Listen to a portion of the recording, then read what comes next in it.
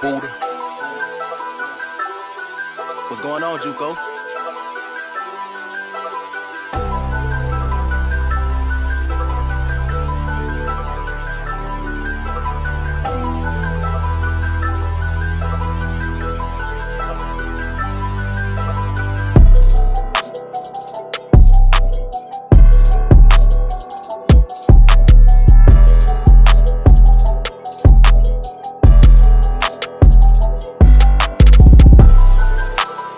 What's good, royal family? It's Queen's Throne, and I'm back at you again for another video.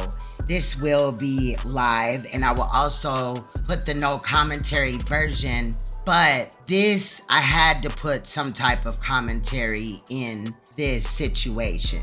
So today we're dealing with Vincent Johnson, DOC number 106228. Vincent L. Johnson was sentenced to 3 life sentences when he was caught for 2 rapes of 2 different women. January 22nd, 1983, he raped a 62-year-old woman that we will refer to in this video as Miss M. At about 10 p.m. on January 22nd, 1983, Miss M felt a knife pressed against her neck. The ORKIN man, Vincent Johnson, then put a pillowcase over her head and raped her. Afterwards, he left but threatened to kill her if she called the police. On April 7th, 1983, the same man, Vincent Johnson, returned to the house and raped Miss M again. Through the court case, we found out that the first time that Vincent Johnson raped Miss M, he gained access to her home after removing screens from the window. Fingerprints and palm prints were recovered from the screens. The second time Miss M was raped by Vincent Johnson, he gained access through an outside attic trap door. Then on May 15th, 1983, a younger victim was raped, Miss D. That's what we'll refer to her as in this video. She was about 22 years old. Miss D also had a 4-year-old child as well as a brand new baby at the time as well. At the same time, Vincent Johnson was the same ORKIN man for both women. Both victims stated that he cut a hole in the pillowcase so that he could kiss them. Both women described the attacker as being a short black man with very small genitalia. When Miss D was raped by Vincent Johnson, he entered through the 4-year-old daughter's bedroom window. The 4-year-old at that time saw him and did identify him in a lineup. She is now a criminal investigator. Even though he was sentenced to 3 life sentences to be ran consecutively, he still is eligible for parole every 5 years.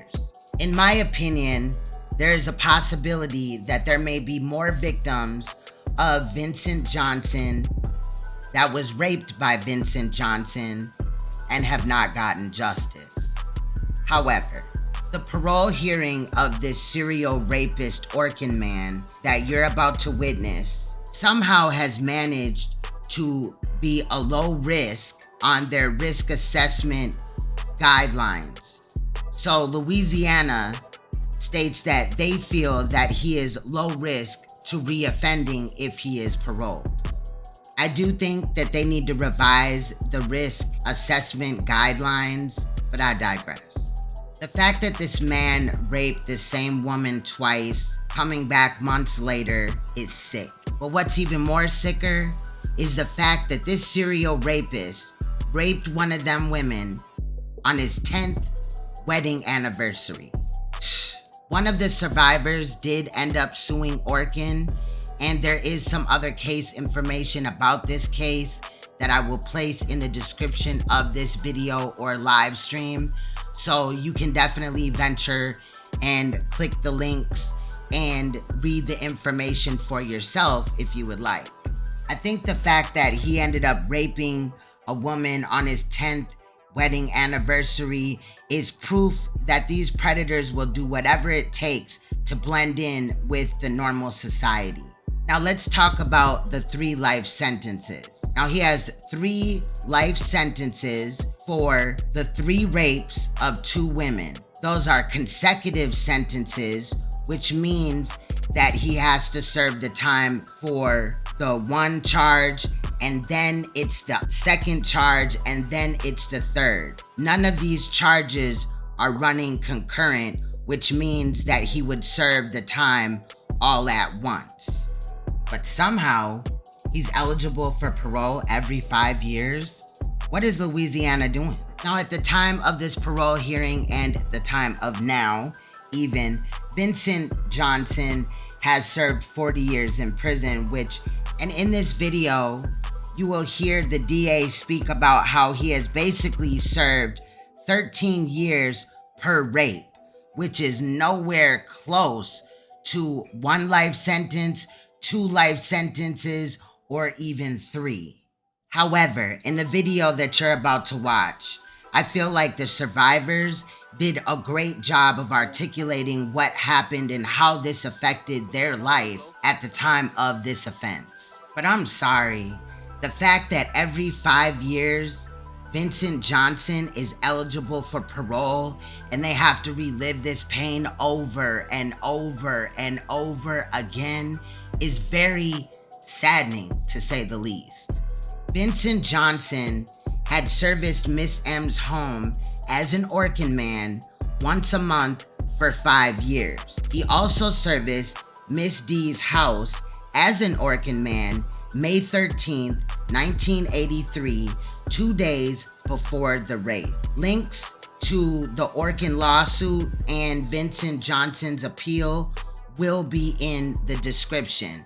With no further ado, you guys, let's take a look at this parole hearing. And of course, if you're watching this live, I will meet you on the other side with my commentary. If you're not watching this live, please make sure that you leave me a comment about how you feel about this situation. Let's go. Right, the pardon board is reconvened. We're at Louisiana State Penitentiary. Today is Monday, May 8th, 2023. It's 11:51 a.m. Would the staff at the state prison please introduce yourself for the record? Deputy Warden Rochelle Ambo. Reginald Admiral, classification. Carmen Shipley, offender records. Everybody? Okay, thank you. And we have before us our first case, Mr. Johnson. Yes? Yes, ma'am. All right, Mr. Johnson, would you introduce yourself? Tell us your name and your DOC number, please, sir. My name Vincent Johnson, DOC 106229. Yes, sir, Mr. Johnson. My name is Cheryl Wanansa. Let me introduce my colleagues to you. Seated to my far left is Mrs. Bonnie Jackson. My immediate left, Mr. Alvin Roche, and this is Mr. Pete Freeman seated to my right.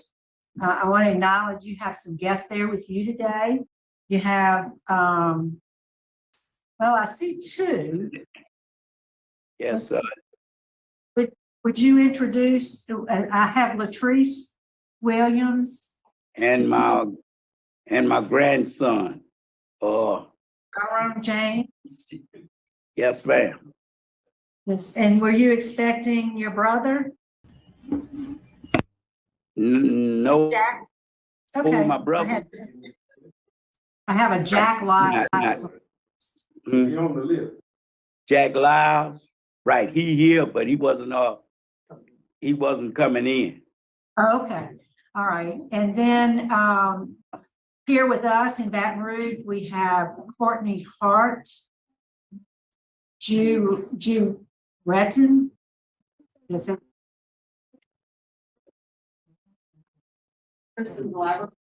Kristen DeLabreton, and then joining us also from the DA's office, we have Ms. Tracy Barbera. All of whom will be speaking in opposition at the appropriate time. Mr. Johnson, let me just read some identifying information into the record, and I'm going to turn it over to Mr. Roche. Your case has been assigned to him. Mr. Johnson, you're here seeking the commutation of your sentence. You were sentenced in East Baton Rouge Parish, the 19th JDC, in April 1984 for conviction, 3 counts of aggravated rape. You received a life sentence on each of those counts, and those sentences are running consecutively. Mr. Johnson, is that information correct? Yes, ma'am. Right. Mr. Roche? That's correct. Thank you, Madam Chairman. Madam Chairman, fellow board members, before us this morning, we have Vincent L. Johnson, POC number 106229. Mr. Johnson is here today seeking a recommendation for a commutation of sentence for 3 counts of aggravated rape in East Baton Rouge Parish, which he was sentenced to life on each count of the aggravated rape to run consecutively to each other without benefit of probation, parole, or suspension and sentence. Total sentence, 3 life sentences. On January 27th, 1984, he was found guilty by a jury of 12 of his peers unanimously on the 3 counts of aggravated rape. Mr. Johnson is currently 70 years old.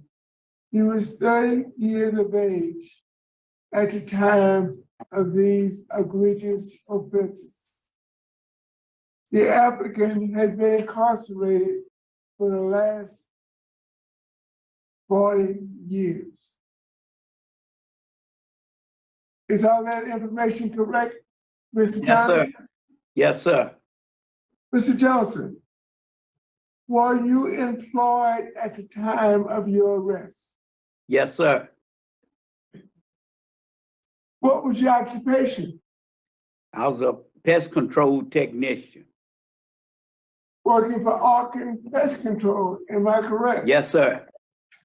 Yes, sir. Were 2 of the victims in your conviction customers of your company? Yes, sir. Did you service their homes? Yes, sir. Were you aware that Miss Margaret Matthews' husband had just recently been deceased? Yes, sir. And were you aware that Miss Dila Berton was in the process of getting a divorce? I wasn't aware of that, sir. No, sir. Okay. You weren't aware that there was a divorce in progress?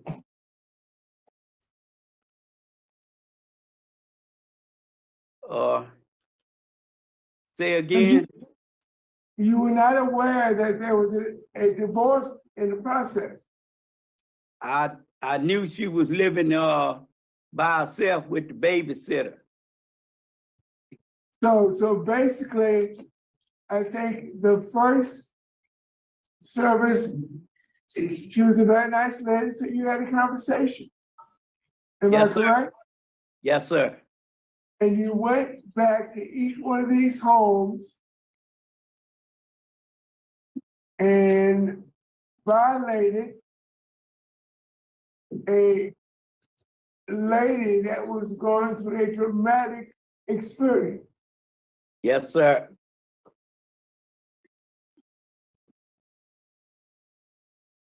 So tell me and tell this panel this afternoon what kind of mindset a man would have to invade the privacy and violate a female customer at one of her worst moments. Sir, I could say that there was a cowardly act.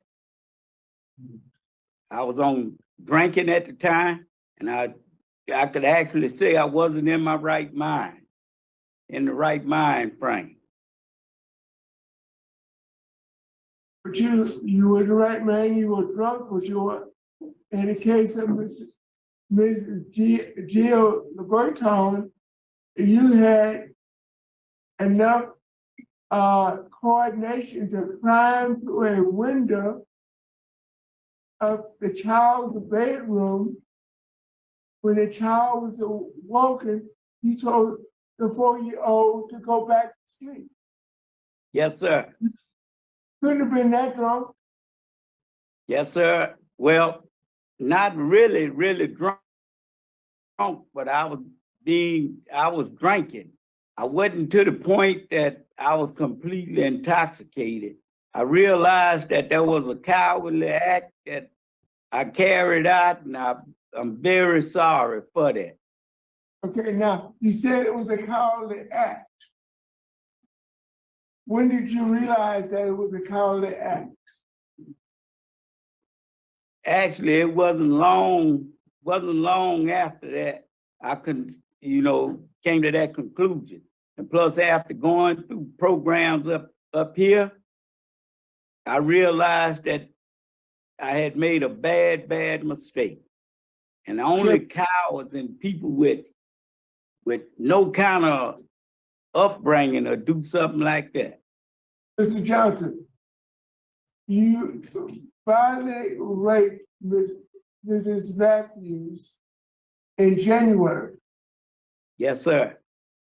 And then 2 or 3 months later, you went back to the same home and did the same thing? Yes, sir. You couldn't realize that you were a coward until you got finished. Well, at the time, I wasn't thinking, sir. Okay. So, there's some indication that between January and May of 1983, you committed more rapes than the 3 that you were convicted of. No, the 3 that I was convicted of, those the ones I committed. Yes, sir. And there was no other rape? No, sir. Okay. Opposition in this case comes from the East Baton Rouge Parish District Attorney's Office. Assistant DA, Ms. Tracy Barbera, has submitted a very strong response in opposition to any clemency or any reduction in Mr. Johnson's statement. She's here present today and will make a statement at the appropriate time. Also, the Baton Rouge Police Department is strongly opposed. Victim opposition comes from Robert Dale Matthews, the son of Marjorie Matthews, who is now deceased, and he is in vehement opposition to any clemency or reduction in sentence.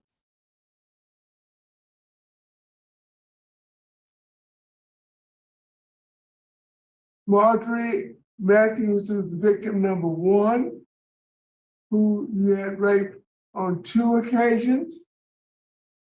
Opposition also comes from Ms.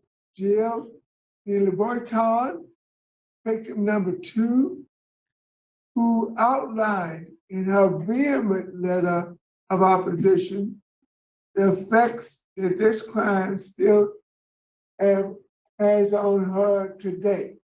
She's still emotionally, physically, and mentally affected by the crime that you committed. She does not allow anyone in her house without proper supervision. Opposition also comes from Kristen Gilberton, daughter of victim 2, the 4-year-old who you told to go back to bed when you climbed through her bedroom window. She said the events of that night affected her entire life. Mr. Johnson has a low risk assessment. He has a good institutional record. He's in medium custody. He has a high school diploma. His current job is a groundskeeper. Tell us exactly what you do and how long have you had that job? Worked at the education building as a groundkeeper for the last 16 years. Tell us exactly what you do. I worked the fence line and I cut the yard, plus plant flowers and things around the MPO. Okay. Tell us about your vocational skills. My vocational skills, I have within the last few years, I went to Malachi Dad. I got Thinking for a Change. I got Those are programs. I'm talking about your carpentry skill and your pesticide applicator certification. yes, sir. I got pesticide. I went to 2 stages in the pesticide and the carpentry. I finished both of those job skills. And I see you participate in the Vietnam Veterans of America organization. Tell us about that. Yes, sir. We just had a meeting about that. I was in the service during that time period, and I'm an active participant in the program here. So I see you're a veteran of the U.S. Army. You served Yes, sir. 75, and you were in the reserves until 78. Yes, sir. Thank you for your service.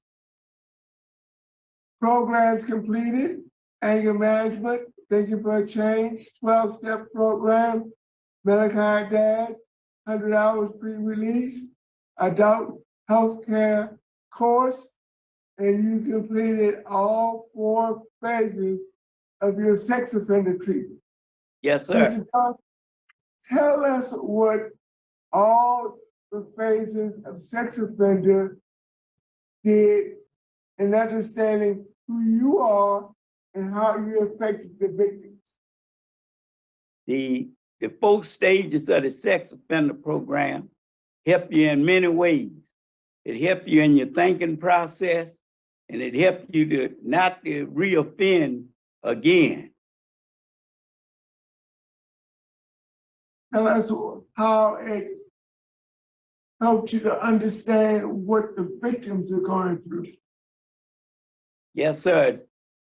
Like I had said before, there was a cowardly act, and I apologize for the shameful way in which I disrespected the victim. I apologize, and I'm deeply sorry for that.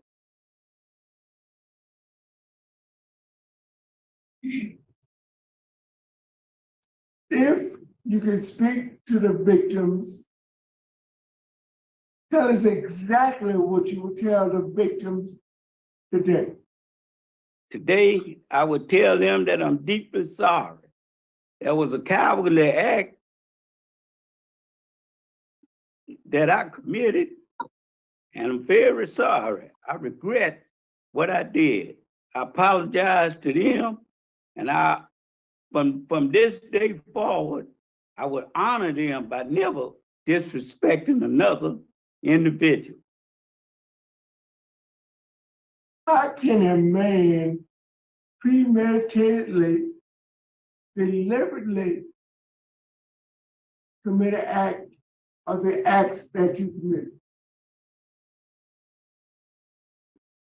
Had to be dealing with my mental state, drinking, And by drinking and doing things that I wasn't supposed to be doing, that's what contributed to that.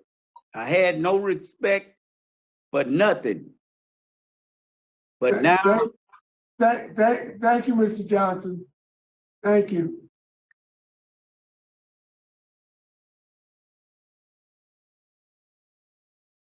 Okay, let's talk about drugs and alcohol.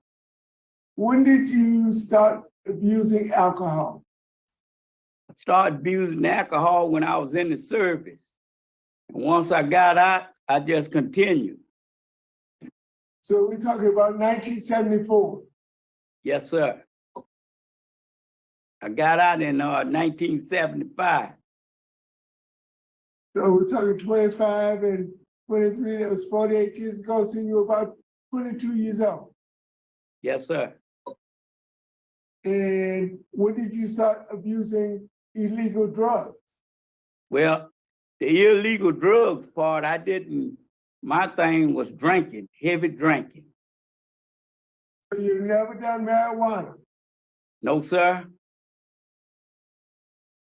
No type of illegal drugs? I did a little hash once, but I didn't like that. So I stayed with the drinking. Okay, but you have used illegal drugs? Yes, sir. So what's your ongoing sobriety plan? Now, I've gone over your record. I don't see any substance abuse treatment or education at all. I see anger management. I see thinking for a change. I see the 12-step program. Okay, that's abuse. But what I'm saying is, I don't see living in balance. I don't see Louisiana risk management. I don't see celebrate recovery. Why haven't you taken a substance abuse treatment program? I took the 12-step program. I took that. That's dealing with drinking and drugs and stuff.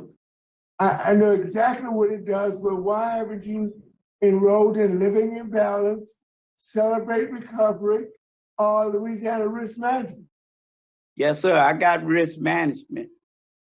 No, that's the sex offender treatment. There's another course called Louisiana risk management that deals with substance abuse. Substance abuse? Yes, sir. I have the 12-step. Okay. Thank you, Mr. Johnson. I see your transition plan is with your daughter, Ms. Latrice Williams, in Faraday, Louisiana, and you're going to be working at a washateria. Tell us about your transition plan. My residential plan? Residential and employment plan.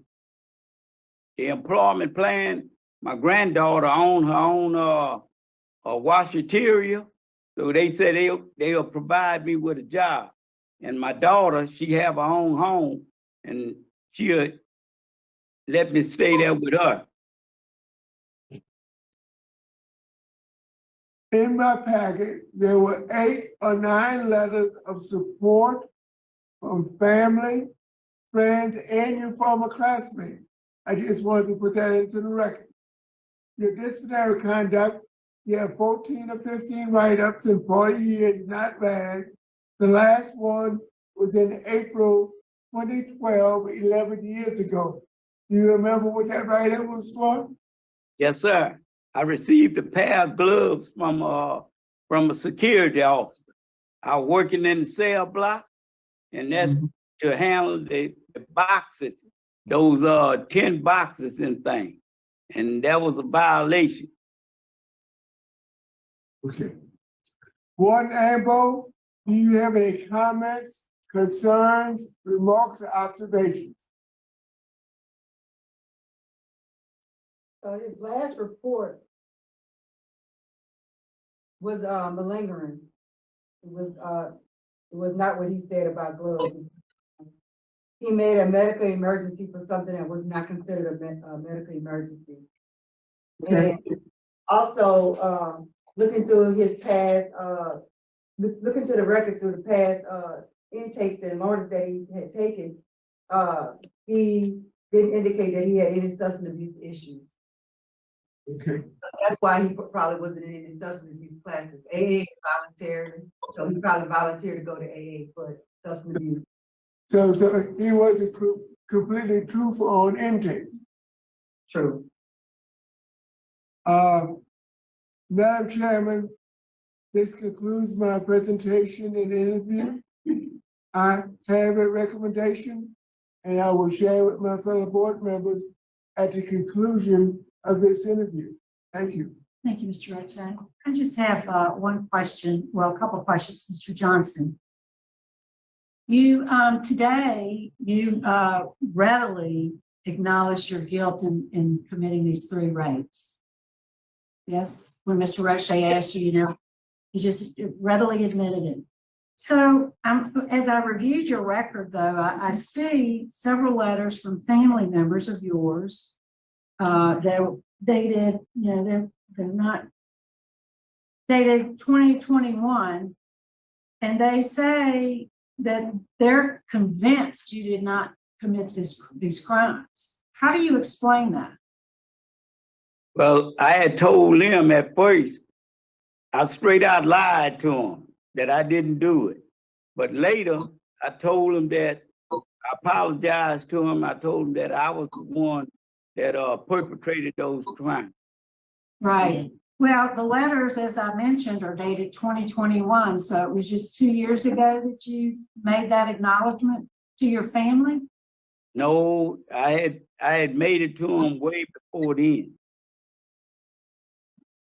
All right, thank you. All right, we're going to hear from your family who are there with you. Could we hear from Miss Latrice Williams? Do I have to sit right there? You said you can talk right there. Okay. What is it? Good morning. How y'all doing? I thank you all for letting me speaking on behalf of my father, and I beg you all to grant him clemency. He had told me over and over how sorry he was for committing the disgrace act. He is very remorseful, and I apologize to the victim because I am a mother and I would hate for something like that to happen to me. Thank you. Yes, ma'am. Thank you. Jerron, can we hear from you? Good morning. My name is Jaron James. I am Vincent Johnson grandson. I'm here on his behalf. I thank you all for giving me the opportunity to speak on my grandfather's behalf. Each time I talk to my grandfather, he tells me how remorseful he is for committing the crime against Mrs. Matthew and Mrs. Della Barton, and he always tells me not to disrespect anyone. I believe my grandfather. I beg and pray that you all grant him clemency today. Thank you. All right, thank you for your remarks. Appreciate it. Now we'll hear from the opposition who are here with us. Could we first hear from Ms. Jill Rain? I'm sorry if I'm mispronouncing. You said it. But we need to, if you would step to the podium, please, so we can get you on the film. She doesn't. We won't turn the camera on, but he'll hear her.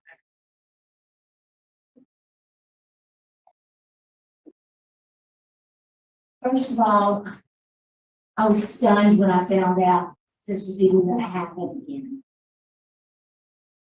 And then, you know, over the weekend, I started thinking, because I was angry. Now I'm just incredibly disappointed in the whole system. That somebody can be a serial rapist with a weapon and can still have the audacity to ask to go free. This is something that you never get old, no matter how long it is. Yeah, it's been 40 years for me too. but I still have it right here and right here. And there has been no successful rehabilitation program for rapists, including a chemical castration. So there's no guarantee that he's gonna come out and behave himself. It doesn't happen. I want to live in fear of him getting out. I want to be able to live like I've been living. Do not live in, I don't want to live in fear. I don't want to be afraid to put garbage out when the sun's down. It's not fair. It's not fair. Like I said, you think you're over, and then something rears its ugly head, and it's all back again. And I resent the legislature letting these people do this over and over and over again, because then I've got to go through it over and over and over again. Because I'll be damned if I'm going to be quiet. All I have to do is look at another woman to make sure that he doesn't get out to do that to somebody else. That's all. Yes, ma'am. Thank you so much. Kristen? Mine is easy and you're not. My name is Kristen. I am the 4-year-old. I did see in the hallway. This man told me to go back to bed.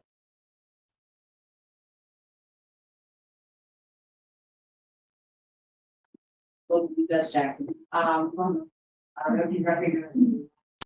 I'm a criminal investigator. That is the role that this has taken in my life for a reason. To put people like him where he is. Because he did something that this is where you earn to be.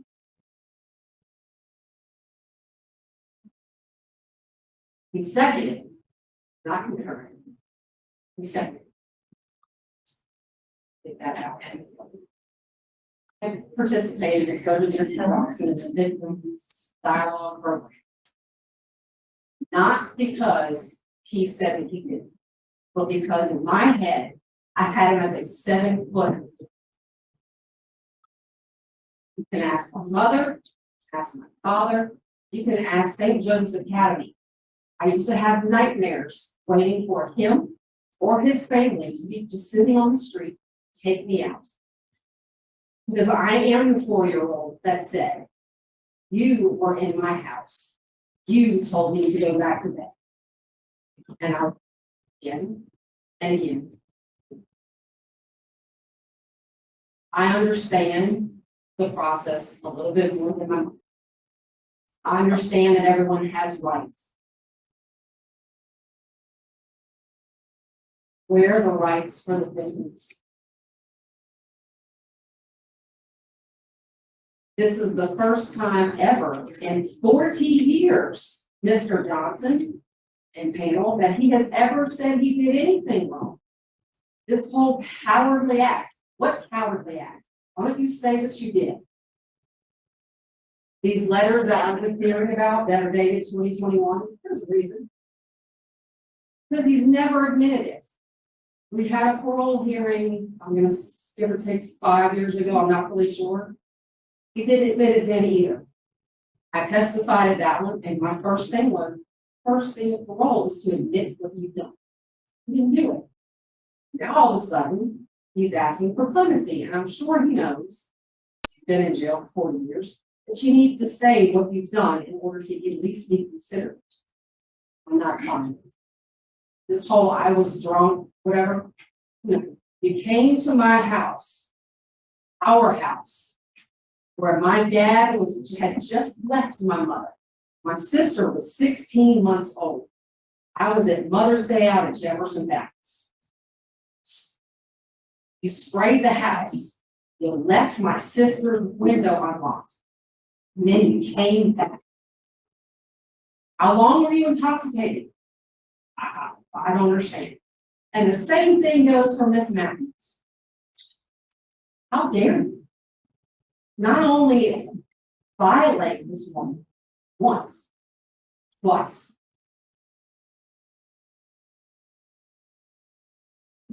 I can't even fathom this.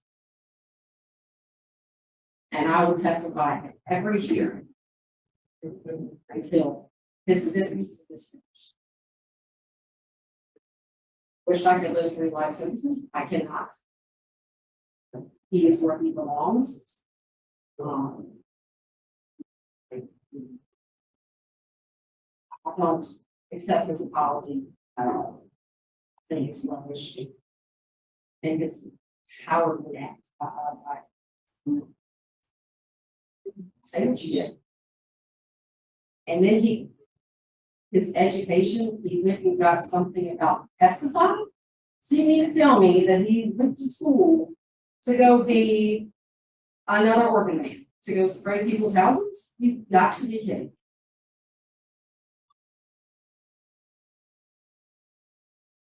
Yes, ma'am. Thank you. The only thing I'm grateful for is that he didn't kill the 3 of us. That's it. Yes, ma'am. Thank you. They were a pretty hard-headed, strong cousin. But I don't know if I'll have any questions. Thank you for your time. Thank you. And then we have Ms. Courtney Hart. Okay. Yeah, okay. All right, Ms. Barbera, could we hear from the DA's office, please? Thank you, Chairman Renata. I believe it was 2016 that I was present before a couple of current members of the board with Jill and Kristen, and I believe Mr. Matthews was present last time as well. I, of course, reiterate everything that these ladies have already said to you, and I would just ask that we not forget that this man committed not 1, not 2, but 3 acts of rape, home invasions.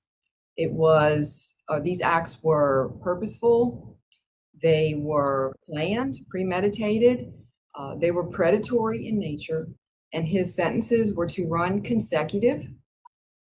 The law is the law, and he does have the right to have this hearing. I would just ask that the members of the board look at the 40 years he has served, and there needs to be a degree of accountability in these cases. And I would submit to you that 13 years and 4 months per rape is not a sufficient degree of accountability. I recall him denying these offenses back in 2016. I think his recent, quote, acceptance and acknowledgement and expressions of remorse are nothing but convenient on his part, because as Kristen said, if he doesn't acknowledge what he did, there's no way you're going to vote or recommend to the governor that his sentences, his 3 life sentences, be commuted. This man raped a woman who I believe was in her late 20s and a woman who was in her early 60s. That is very disturbing to me. I believe in his prior clemency application, he made reference to one of these offenses occurring the night he was celebrating his 10th wedding anniversary. There's something wrong with the man, the way this man is wired, and I consider him to be a continued threat to the community, and I do not believe he has served nearly enough time to have full accountability for his crimes. Thank you. And thank you. We appreciate the input from the district attorney's office. All right, Mr. Johnson, this is your opportunity. If you'd like to make a statement, you can do so now. Thank you. I want to begin by saying that I can say I'm sorry, and I can say I'm sorry, but I want you to know that I deeply apologize and I deeply regret what I did to those victims. I beg for their forgiveness, and I beg for this board forgiveness. Like I had said, it was a cowardly act, and I apologize for my stupidity. I will always honor those victims by never disrespecting another human being again. Thank you. Thank you, Mr. Johnson. I think we are prepared to vote. Mr. Roche? Thank you, Madam Chairman. Mr. Johnson, based on the egregious nature of the offenses, a history of violent offenses of a sexual nature, I consider the possibility that you might be a risk to public safety. And if I consider you a risk to public safety, I'm not going to vote to give you a possibility of being released. Also, based on express opposition from the victim's daughter, express opposition from the DA's office, my recommendation is that we deny your request. Thank you, Mr. Roche. Mr. Freeman? Okay, Mr. Johnson, you know, this is a very, very serious nature of offenses. And what strikes me is, like the lady said, that, you know, one victim was 62, one victim was in her 20s. You know, you got problems. You're like a alcoholic. You're gonna never be cured. So what if you get triggered again? And with that fear on my mind, I vote to deny. Mrs. Jackson? All right, Mr. Johnson, I concur with my colleagues. My vote is the same for the same reasons. All right, Mr. Johnson, you've received 3 votes to deny your parole. So today, sir, deny your clemency application. So today, sir, your clemency application has been denied. Thank you.